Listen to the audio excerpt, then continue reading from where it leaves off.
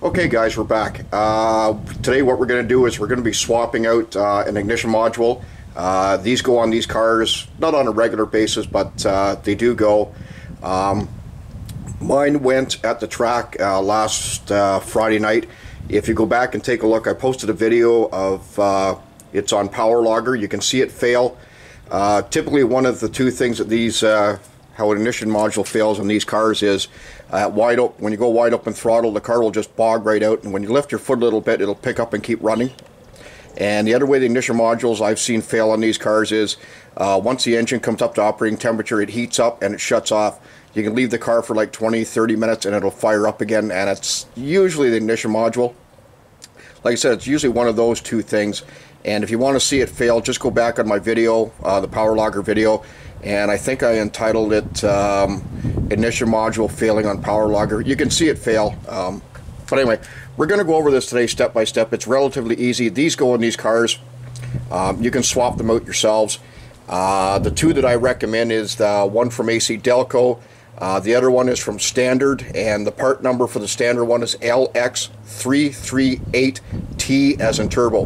LX338T. But like I said, we're going to go over this ignition module, how to swap it out. It's relatively easy to do, and it doesn't take very long. You can save yourself a ton of money by doing it yourself. So anyway, first thing we need to do here is disconnect the battery, and we'll get that done, and then we'll get on with the second step. Okay guys, next up we're going to remove this connector here. It's a 1/4-inch socket, and then we'll move on to the next one. We'll pull the spark plug wires off for the next one, alright?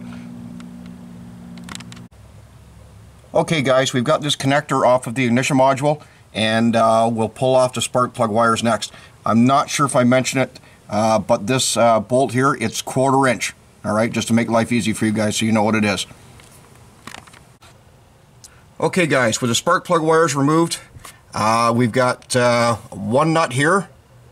There's another nut on the other side of the doghouse. And there's one right back here, which is a bolt. And you'll be able to pull the whole assembly off right after you get those off. Back in a minute. Okay, so with the ignition module off, next up is this, and that will remove the mounting plate. Now, this mounting plate grounds, so make sure you've got all these places all here. These mounting plates all ground off or buffed off nice and clean. If you've ceramic coated it, and this has happened to a few guys, it won't ground, won't work properly. So make sure this mounting surface, this one, and this one is buffed off nice and clean. And make sure it grounds well. Same as here, underneath here, make sure these are all ground off nice and clean as well. Make sure everything grounds nicely. Okay guys, we got the mounting plate off. And next up, we're going to remove the coil pack from the module. We've got 6 screws, 1, 2, 3, and 3 on the other side. And we'll remove it, and we'll separate the two of them. You have to be very careful when you go to separate these, and I'll go over that with you in just a minute here. Hang on. Okay guys, we're back. We have this thing separated. Now, these tabs on here, they're flat.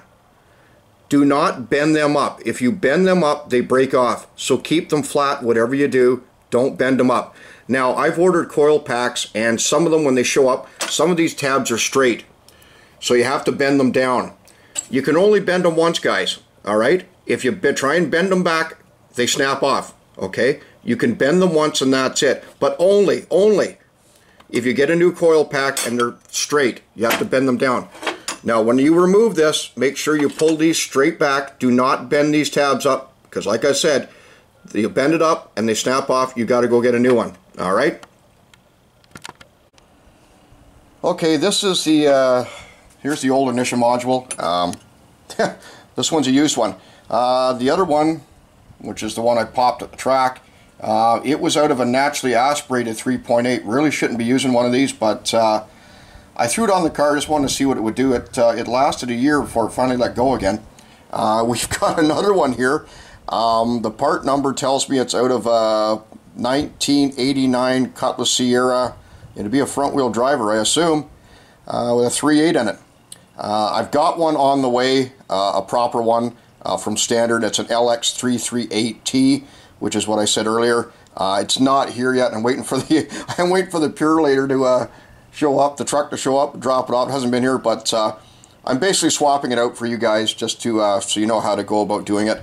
I've got a viewer that's waiting on this video. He's got pop his in and out. So anyway, to put all this back together, just the reverse of what I did here, and that's about it. It's pretty straightforward, guys. Anyway, thank you for watching, and take care. Bye-bye.